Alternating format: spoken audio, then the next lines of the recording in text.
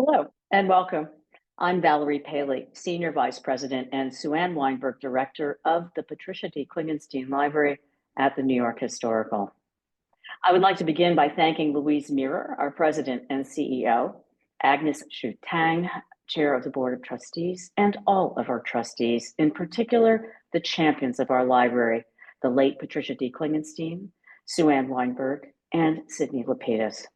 We also acknowledge the generosity of the Mellon Foundation, the Robert David Lyon Gardner Foundation, Helen and the late Robert Appel, and the National Endowment for the Humanities, along with our Chairman's Council, our members, and our many other donors.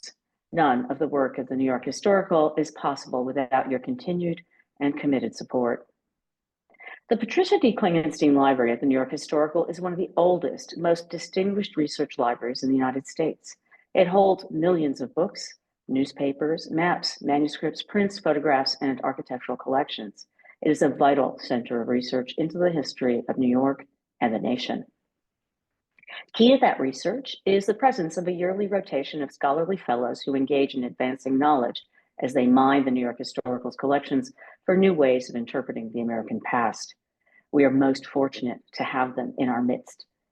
Tonight's program will give you just a taste of the quality of work that is being done. The Dystopian Enlightenment, research notes and reflections on France and America at the Denouement of the 18th century will last approximately 45 minutes, including 15 minutes for questions and answers, which you can submit via the Q&A function on your Zoom screen at any point during the presentation. The chat function has been disabled, so please make sure to use the Q&A. After the presentation, we will get to as many questions as time allows. This evening's presentation will feature the work of G. Matthew Adkins, 2425 National Endowment for the Humanities Fellow at the New York Historical. Dr. Adkins is an associate professor in the Humanities Department at Columbus State Community College with a focus on European history and philosophy.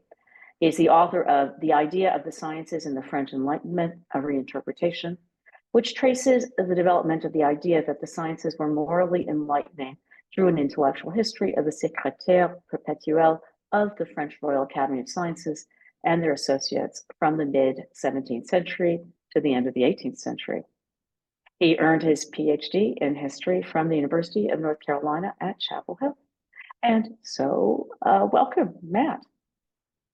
Thank you, Valerie. And thanks to all who are attending. And thanks especially to the New York Historical and its staff, its archivists, its librarians, for the opportunity to do research at its wonderful library, the Patricia D. Klingenstein Library.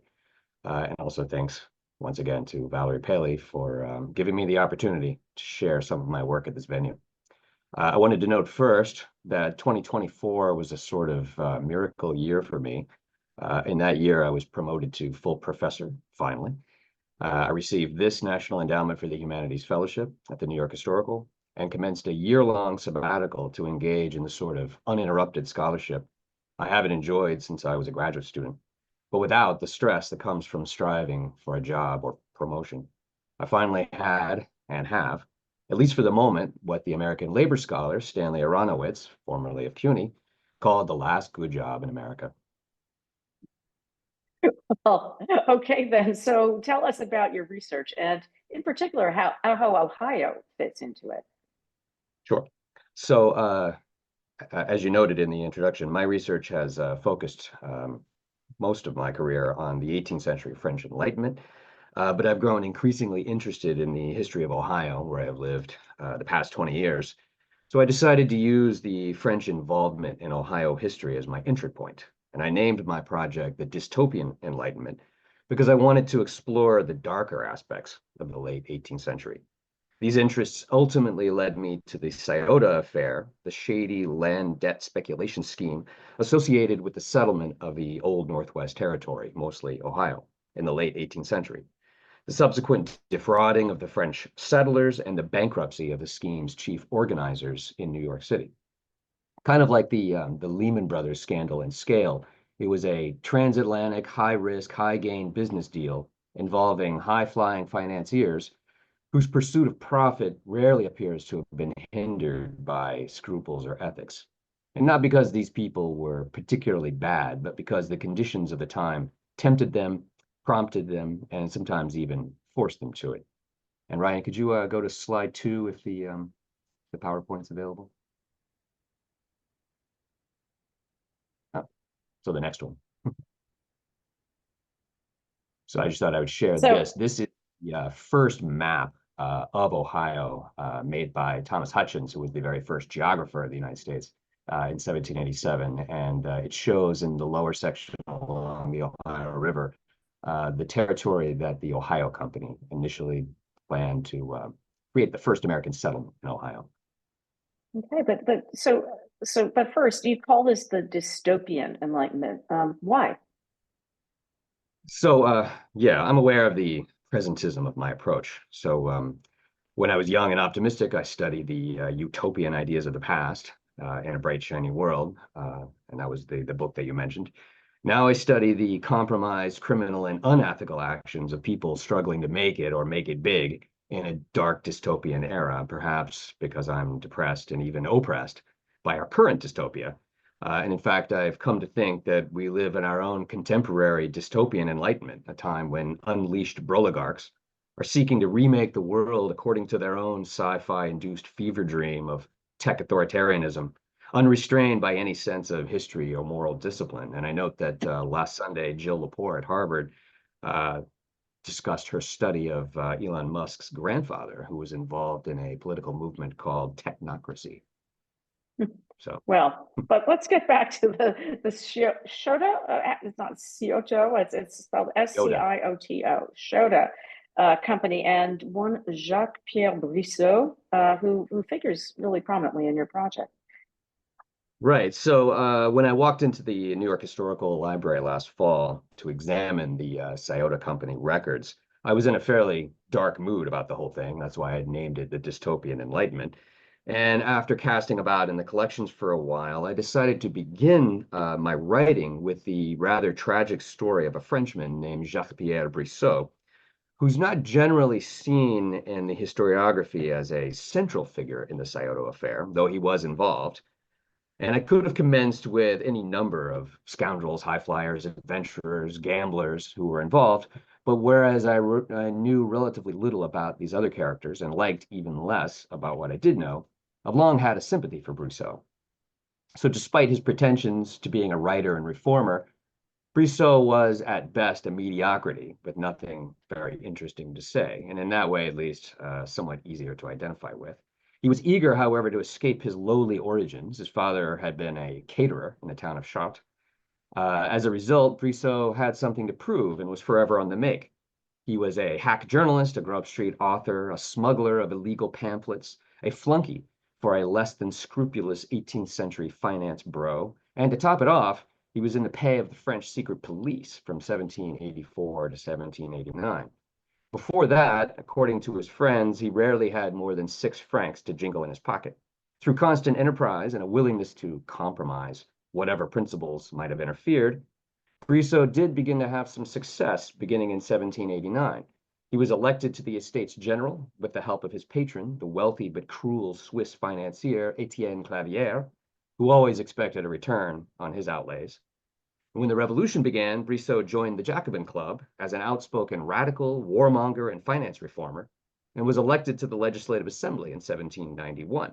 And he became a leader of the Girondin faction when it split off from the Jacobins.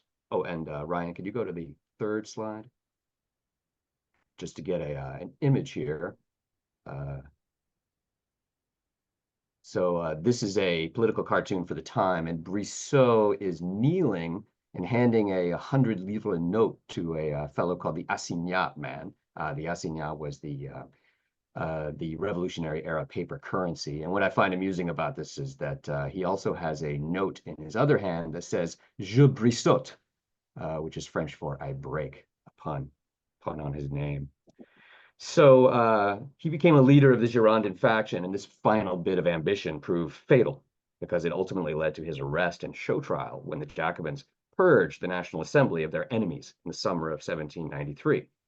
By all accounts, he faced the guillotine stoically, no crying or pulling away, no melodramatic last words, and he was 39 years old when they murdered him, leaving behind a widow and 3 young children who faced many subsequent struggles. Judging by the few letters to him from his wife, Félicité, that have survived, she truly loved him. And I guess she saw something good in him that the historical record obscures. Hmm. Well, that it sounds like a character, and not necessarily a mediocrity, but yeah, what about this historical record? So, to be fair, the record that he left behind shows that Brissot dreamed of the Enlightenment as a utopian project that would make him rich and admired. But he lived in a dystopia he not only couldn't escape, but which he helped make worse. So the poor bastard became my in because he never really stood a chance. He wasn't the vindictive millionaire Clavier, the flashy New York high flyer William Dewar, the manipulative British spy William Playfair, or the backstabbing self-seeker Daniel Parker, just to name four of the many people my current research has brought me intimate knowledge of. Brissot was the tool of all of them and naive enough to think that he could come out on top, which is why I decided I had to start with him. And I'd been fascinated with Brissot ever since graduate school when I read an article called The Grub Street Style of Revolution, J.P. Brissot, Police Spy, 1968, wherein the Princeton historian Robert Darnton controversially accused Brissot of being a mouche for the police in the 1780s. Now, I had first encountered Darnton's really novelistic style of history writing as an undergraduate with his book, The Great Cat Massacre and Other Episodes of French Cultural History, and I was hooked. I applied to do graduate study with Darnton at Princeton in 1993, but like Brissot himself, I was too similar to Jude the Obscure to attract the attention of the grandees of the Ivies. And unlike Brissot, far less enterprising. Oh, you. But okay, so Rousseau became a kind of a vessel through which you view the period and the Enlightenment. Is that what I'm seeing Yes, here? a way to look at the darker side of the Enlightenment. So the Uh, chance to do research on Brissot was a chance to return to earlier interests and also to repudiate, to some degree, the naivete of my previous work. In my view, I've been guilty of viewing the 18th century Enlightenment through rose-tinted glasses, and I was done with it. So the popular view of the 18th century era of Enlightenment and revolution, both among academics and the public, remains generally positive, perhaps with a lingering tint of utopianism. Was it not an era wherein great thinkers articulated the idea of human rights, and then the American and French revolutions, however regrettable their violence, instituted those rights in constitutional republics? And yes, some people expressed high and noble ideals, but I wanted to focus on the fact that it was also a world in crisis, mired in large-scale, widespread warfare, repressive governments, oppressive religious institutions, misinformation, conspiracy theories, shocking violence, criminality, environmental catastrophe, epidemiological threats, economic instability, and massive social and political inequality. So in more than a few ways, it mirrored our own time. And as Thomas Paine wrote in 1776, these are the times that try men's souls, and maybe most of us are summer soldiers or sunshine patriots. Desperate times call for desperate measures, but desperation often leads to actions disassociated from scruples. So Brissot may have portrayed himself as a freedom fighter in the memoirs that he hastily wrote while awaiting the guillotine. But what he was for most of his life was desperately in need of and desirous of more money, like so many desperate Americans now. um, okay, so back to the New York Historical. What? Tell me about the sources you found there and how they help you tell this story. Okay, so here's one. Last fall, I sat in the reading room of the New York Historical Library, poring over an account by one of Brissot's associates, a Scottish spy named Playfair, whom everyone thought was an English businessman since he disguised his accent and lied about his nationality. Playfair accused Brissot of being what he called one of the speculators in anarchy, who had precipitated the revolution just to get rich. Playfair insisted, for example, that the abolitionist society that Brissot founded in 1788 never had any intention of freeing slaves. It was just a front, as Playfair wrote, so that Brissot and his consorts, speculating on the revolutions they could bring on and the plunder they could gain, were jumbled into one assembly without more ceremony than porters in the tap room of an alehouse. If that can be doubted, we may easily be convinced when we find that Condorcet, Clavier, Brissot, and a number of those persons who have since propagated with such effect the system of riot, robbery, and murder were its leading and active members. And Ryan, could you go to the next slide? I took a scan of the cover of the American edition of Playfair's History of Jacobinism, Its Crimes, Cruelties, Perfidies, et cetera, published in 1796.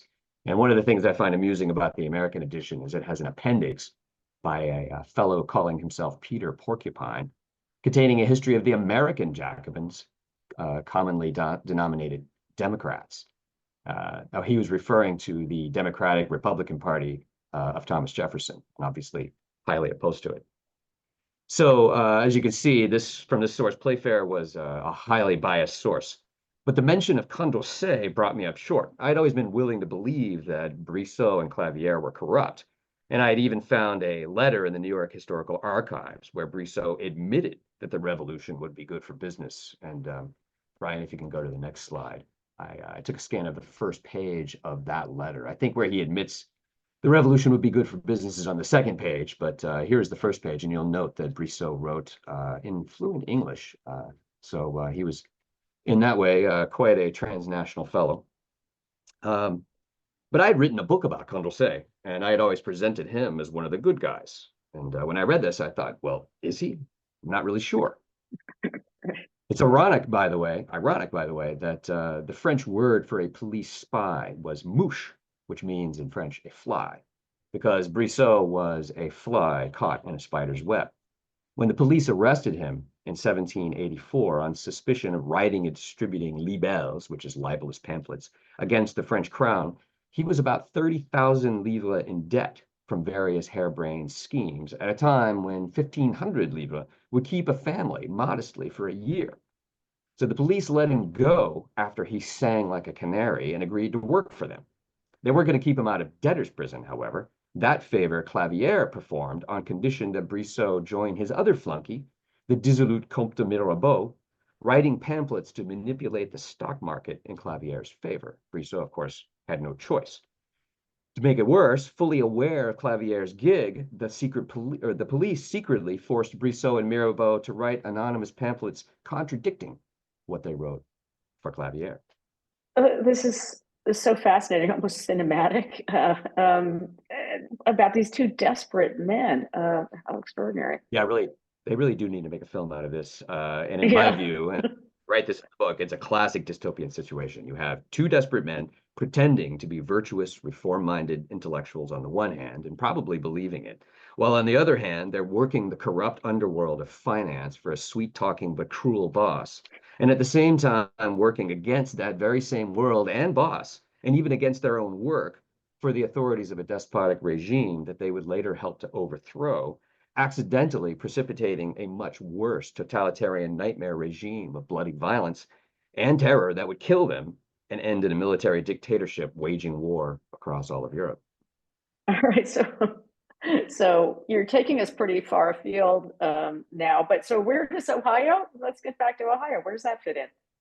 That's true. Ohio does fit in here, and here's how. Okay. On the eve of the revolution that nobody yet realized was coming, Clavière decided to diversify his finance speculations because he realized that France was rapidly falling into the kind of instability that made its credit unstable. Sometime in 1788, early in 1788, he encountered Daniel Parker, an American who had fled to Europe to avoid arrest for debt. Looking to recoup his fortunes, Parker had recently, in 1787, in London, met secretly with another American, Andrew Craigie, who had been sent by an English-born New York financier named William Duer. Duer, who was a known speculator and a close associate of Alexander Hamilton, had devised a grandiose plan to corner the market on American debt certificates before Hamilton, as Secretary of the Treasury, funded the American debt and bought up all the state debt. Duer realized that with his inside information, he could buy up large amounts of American debt on the cheap, especially from European owners, thus cornering the market and potentially making a massive profit. But he needed well-funded associates in Europe to help him, hence his recruiting the desperate Parker. And he had long known Parker and had been in on his business before it went bankrupt. And Duer had then stiffed various creditors afterwards. Duer, I note, lived like a lord, but behaved often like a mobster. Parker met with Clavière, who brought in two other associates for the deal, two Dutch financiers, Théophile Cazenove and Peter Stadnitsky. And in spring of 1788, they decided to send Clavière's toady, Brissot, to New York to meet with Dewar to work out the particulars. So Brissot sailed carrying 10,000 livres and a letter of introduction from Parker. Oh, and Ryan, if you go to the next slide, the New York Historical does have the letter of introduction from Parker to Dewar. And you'll note that he says, I recommend him, Brissot, to your most confidential recommendations. All this stuff was very hush-hush and not meant for the public to know about. So what gets really interesting is that Brissot's packet passed another ship on the Atlantic Ocean heading east, carrying a feckless Connecticut poet named Joel Barlow. Some people may have heard of Joel Barlow.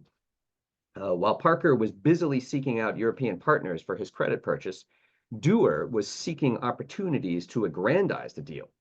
One of his problems is that to corner the market in U.S. Debt securities, he realized he needed to obtain sufficient capital to buy enough of them before they appreciated. So he decided to manipulate the directors of the fledgling Ohio Company, which was seeking to buy 1 million acres in Ohio from Congress to settle Revolutionary War veterans from Connecticut. And this was part of a scheme first devised by Henry Knox to pay off angry veterans who held worthless IOUs in lieu of actual pay, and who had even threatened an insurrection about it. So Dewar used his connections with Congress, but also with Hamilton, to whom he secretly gave an interest in this plan, to make sure the directors of the Ohio Company could only get a good price for the Ohio land if they created a subsidiary shell company, the Scioto Company, he called it, directed by Dewar himself, which would sell an additional 4 million acres in Ohio without buying it first. Dewar then sent Barlow to convince European investors who owned what they thought were worthless U.S. credit certificates to swap them for Ohio land that would appreciate. They would give Barlow the credit certificates or the securities, though of course he wouldn't refuse cash, in exchange for what was called a preemption on the land at a price certain to earn the Scioto Company a profit. Barlow would then send that capital to Dewar, who would pay Congress for the land and then send deeds to the buyers. He wasn't actually trying to cheat anyone. But the plan was high risk and depended foolishly on the adroitness of Joel Barlow, who didn't speak a word of French and had no business experience. To be fair, Dewar not only had never liked Barlow, but had originally wanted to send his longtime business partner, Royal Flint, to Europe, but Flint had fallen sick, and Dewar was pressured by the directors of the Ohio Company to send Barlow in his stead. So Barlow arrived in France, where he immediately met with Parker, who grew so to loathe him that he abandoned him in Paris, betrayed Dewar, and decided to throw in his lot with another American debt purchase speculation scheme that was headed up in Paris by none other than Gouverneur Morris. And incidentally, this scheme also failed. And what a cast of characters. And we've got Gouverneur Morris, we've got Hamilton, who were actually very good friends. Wow, I mean, you scratch the surface and you find so much, and high risk for sure. All right, so what about Playfair? What happened to him? Well, flailing around in Paris without any guidance, Barlow was a prime target to fall into the hands of Playfair, who convinced him to sell the land to actual French settlers, many of them poor urban tradespeople off the streets of Paris who had no business trying to start farms in frontier Ohio. And this had never been the plan. The Scioto Company was not a land settlement company like the Ohio Company. It was intended as a land for credit swap deal. So it's very difficult to understand Playfair's motives, but his actions lead me to suspect that he was trying to ruin the scheme. Furthermore, the whole affair had to be managed across the Atlantic in the era before instant communication. I often think that these guys really needed email. They would have been very happy with it. And there was also the unexpected bankruptcy of the French crown and the kingdom's descent into revolutionary mayhem. In other words, the scheme was doomed. But in the spring of 1788, nobody knew this yet. Brissot arrived in New York. He met with Dewar and Craigie and became so excited by the prospect of vast riches coming his way, finally, that he exceeded his orders. He signed a contract with Dewar and Craigie, putting Clavier's name on it, and purchased over $100,000 in U.S. debt certificates on Clavier's credit before sprinting back to port and sailing off to Europe. And I note that he had received touching letters from his wife about how much she missed him. So I guess he had to rush to get home.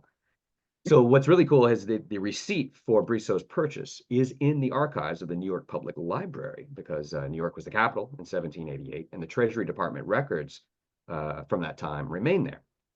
So Brissot assumed that Clavière would be overjoyed at his business savvy, but in fact, Clavière was furious at being financially exposed by his underling.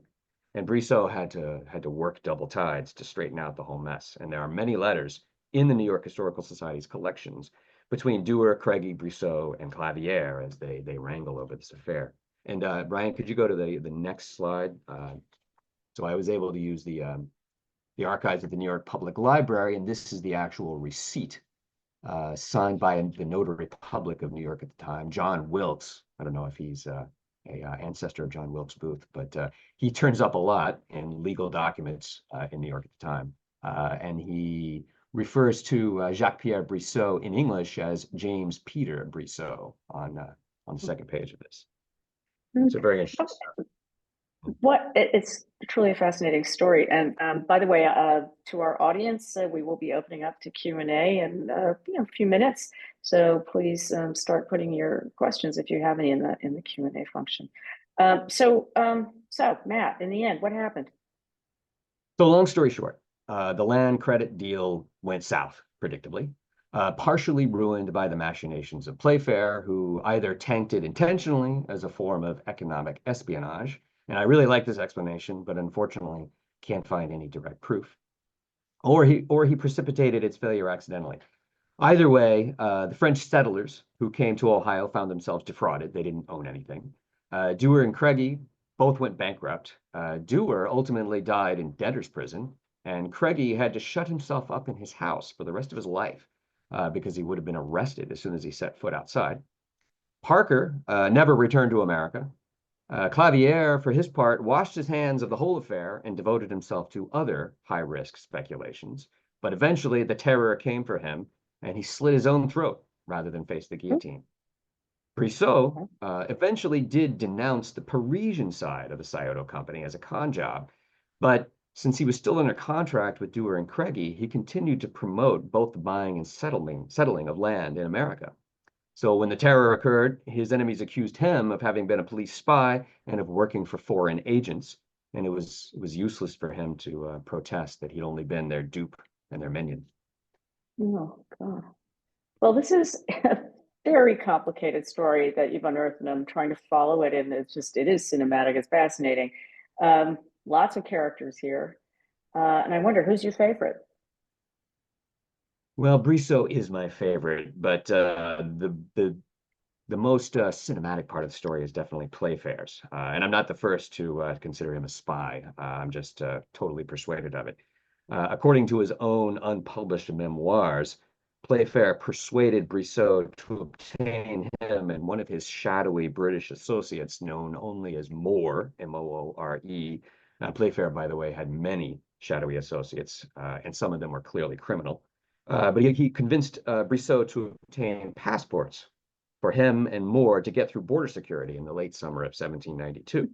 Moore and Playfair had quickly closed out their illicit operations. They had literally been printing paper money in Paris. After the storming of the Tuileries Palace on 10 August left over 1,000 people dead on the streets of Paris, the king and his family imprisoned, and escalating violence made operating in the city too dangerous. So the two men wanted to escape France carrying a significant sum of money, some of which definitely stolen from defrauded French settlers in Ohio. Now, passports back then weren't like passports now. They were one-off affairs for specific entry and exit. And in 1792, the revolutionary government was restricting movement significantly. But Brissot, who had become one of the leaders of the Girondin faction, agreed to help Playfair on condition that Playfair help escort some of his wife's relations from Paris to Boulogne in Picardy. Since French citizens weren't even allowed to leave the capital at all, the women would have to pose as Playfair and Moore's wives. Playfair, of course, readily agreed and soon got the passports delivered to him. And then he told Moore about the deal, who predictably said, "Are they handsome?" To which Playfair replied, "No, they're old maids as ugly as sin and as old as the hills." "Not worth the risk then," concluded Moore. Playfair dashed off a note to Madame Brissot apologizing for not being able to escort the ladies after all, but then he left instructions for the letter not to be delivered for 48 hours. By then, he and Moore were running for the border. They crossed into the Netherlands just as a Prussian-Austrian army under the command of the Duke of Brunswick invaded France with the intention of toppling the revolutionary government and restoring Louis XVI to power. So that was the beginning of the Revolutionary Wars, the first true era of total war, claiming the lives of millions of people, which went on until the final overthrow of Napoleon in 1815. But a year later, in 1793, Playfair was back in Europe running various anti-French espionage schemes, including a big one to counterfeit the revolutionary paper currency, the so-called assignat. He hoped to bankrupt the revolutionary government by deflating its currency. And in this, he nearly succeeded, but he wasn't alone because counterfeiting had become a major form of economic warfare by then. This is extraordinary, really, truly extraordinary. But let's get presentist again. What is your big takeaway from all this research? Well, my presentist takeaway is that this is a sordid and violent history and that it fits my mood, which is why I've delved into it. Sorry. I also find that I've become more supportive, weirdly, of conservatives like Playfair, who are horrified by the excesses of the French Revolution, just as I'm horrified by the excesses of the weird fascist neoliberal totalitarianism of our own time. Attempts, I think, to remake the world by those who think they're superior to the rest of us have almost always ended up in disaster, and unleashing the powerful from everyday moral constraints has almost always ended up in their corruption. Brissot, that poor bastard, should have known better. But at least the story of William Dewar, who lived like a lord and hobnobbed with the mighty, shows that the rich and powerful can be brought low. I can dream of seeing a Broligarch in jail and our new Napoleon overthrown. After all, he's had his escape from Elba, so surely St. Helena is next. Well, we can always hope or speculate. The question and answer function is open, and question number one is, what were the origins of the settlers of Ohio? Were they more from Connecticut or from France? So the Ohio Company, they operated out of Connecticut. They were incorporated in Boston at the Bunch of Grapes Tavern in the year, I forget the year, 1786 or 5. And their goal was to accept these credit certificates, they were called Continentals, from the Revolutionary War veterans that were worth way below their face value. But Congress or the Treasury was willing to accept them at face value in exchange for land in Ohio, which they were selling at, I think, 66 cents an acre, which is a pretty good deal. So the idea is that these Revolutionary War veterans, many of whom were poor and hadn't been paid in years except in these useless IOUs, would be able to move out to Ohio, or they could sell the land in Ohio, stay in Connecticut. Many of them did go out to Ohio, but some sold. The French settlers were different. As I said, the idea of the Scioto Company was simply to sell land deeds in Ohio to owners of U.S. credit securities in Europe, the French crown, Dutch owners, French owners, anybody who owed them. And they would then sell those land deeds.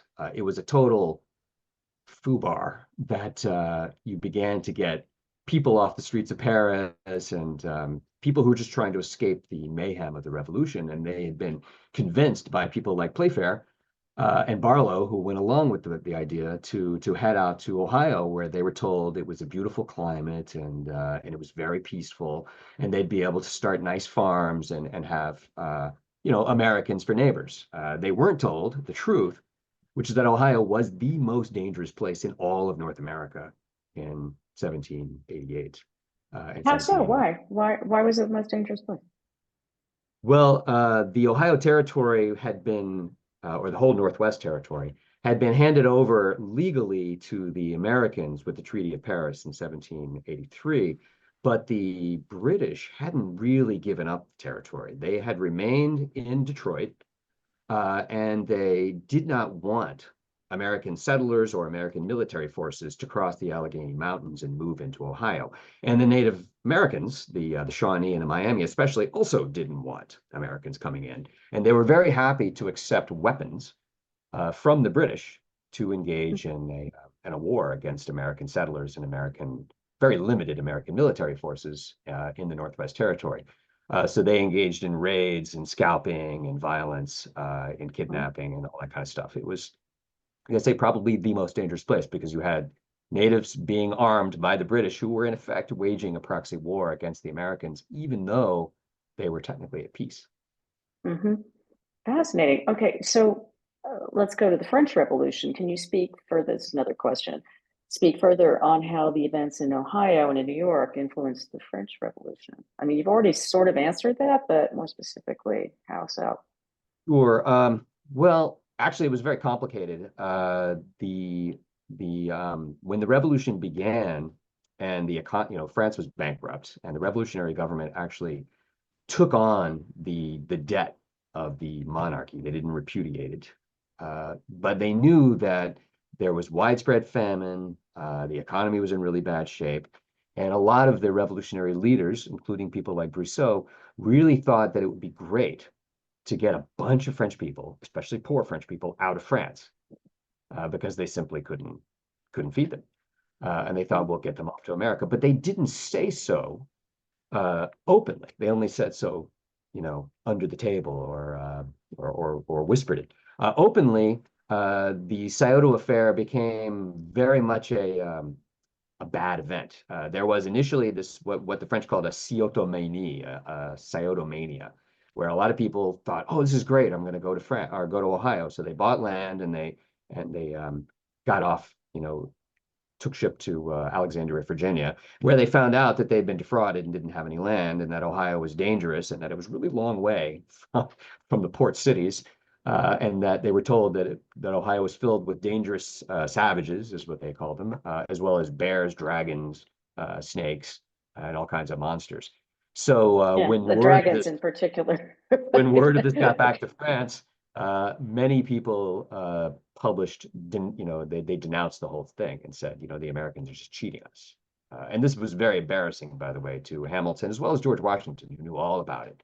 And they wanted to figure out how to make sure America's reputation was not harmed by this. And one of the men that was sent off to try to fix the problem was the head naval officer of New York City, a guy named Benjamin Walker, and he went to France ostensibly to help William Dewar, not lose all of his money, but in fact he was under orders from Hamilton and writing reports back to the government to try to handle the whole affair. But he really couldn't fix it. There was no good way to fix it. Ultimately, George Washington persuaded Congress to issue a grant of about 24,000 acres to the Frenchmen who remained in Ohio, and they ended up doing okay. But the majority left or died or were killed or kidnapped. But there was about 100 who remained and ultimately got land and stayed in Ohio. Yeah. Yeah, I have some of my own questions, but I'll go to our audience questions, and the next one is about your research and the documents that you used for your research. Were they more or less split between New York Historical and New York Public Library, or were there other sources you used, and how did you spend your fellowship year? So thus far, the majority of the really useful sources have been at the New York Historical Library. The Scioto Company land records, which is not a large collection, but it's extremely useful. Its biggest problem is that much of those records consist of small scraps of paper, many of them, finance records and checks and things like that, and they're falling to pieces. So you have to be extremely careful with them.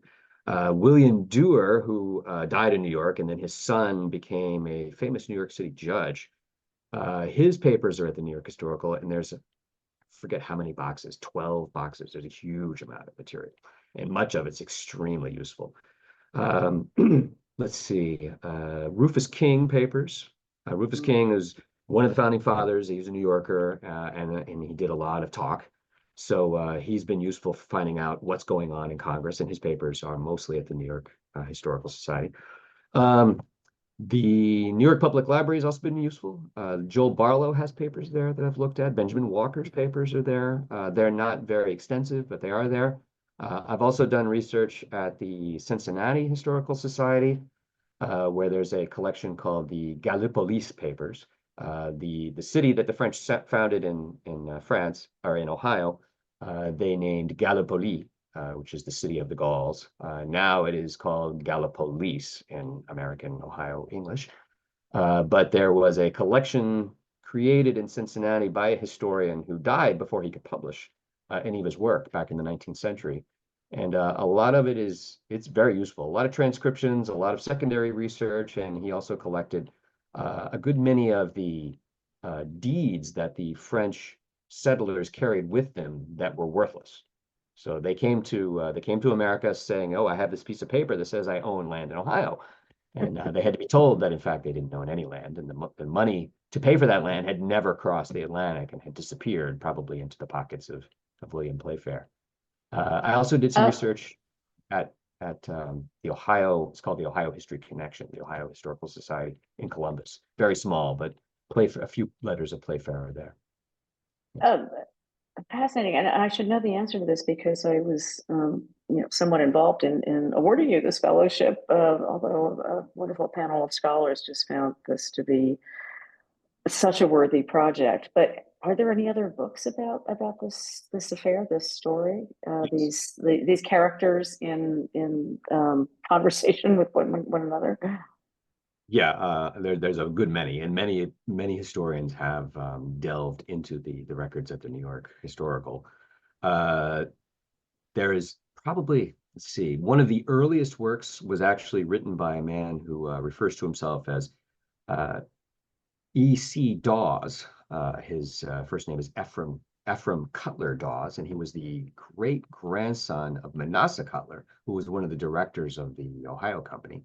And he did a lot of research, including with the historian in Cincinnati, who died before he could publish this stuff. Ephraim Cutler Dawes was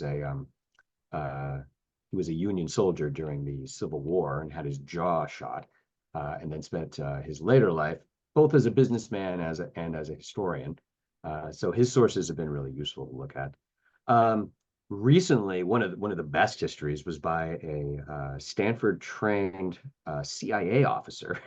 He's PhD in history, but became a CIA officer named Bruce Berkowitz, and he wrote a book about Playfair, where he asserts that Playfair is a spy. And the book is exceedingly well researched. He looks at So, stuff that I've never seen. And but no one has sort of put all of these characters together as you have, and no, nobody's, advanced well, this they have. argument. I mean, there's been many articles on this stuff. And what I think might be new about what I'm doing is I've situated Brissot at the center of this and then created a granular historical narrative around it, trying to bring in all of the sources from all these historians and all the primary sources. So I don't want to say that I've really uncovered anything totally new yet, but I'm hoping that I put it together in a narrative that hasn't quite been seen. Well, I mean, you told the narratives quite well. Again, as I say, like the third time I've used this word cinematically. Just a couple more minutes and a few more questions. I'll go with one regarding imagery in your slides. First, speak further about the political cartoon with the French notes. What's that setting, location? Is it a real place? Like, who's the guy I entering wish. the room?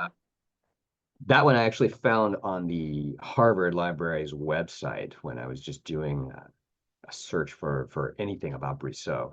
And I found it fascinating. And I found a few other copies of it, but nothing that really tells me what it is. There have been attempts to try to identify who the other people are in the cartoon, and I probably wrote some of those down and have forgotten about them.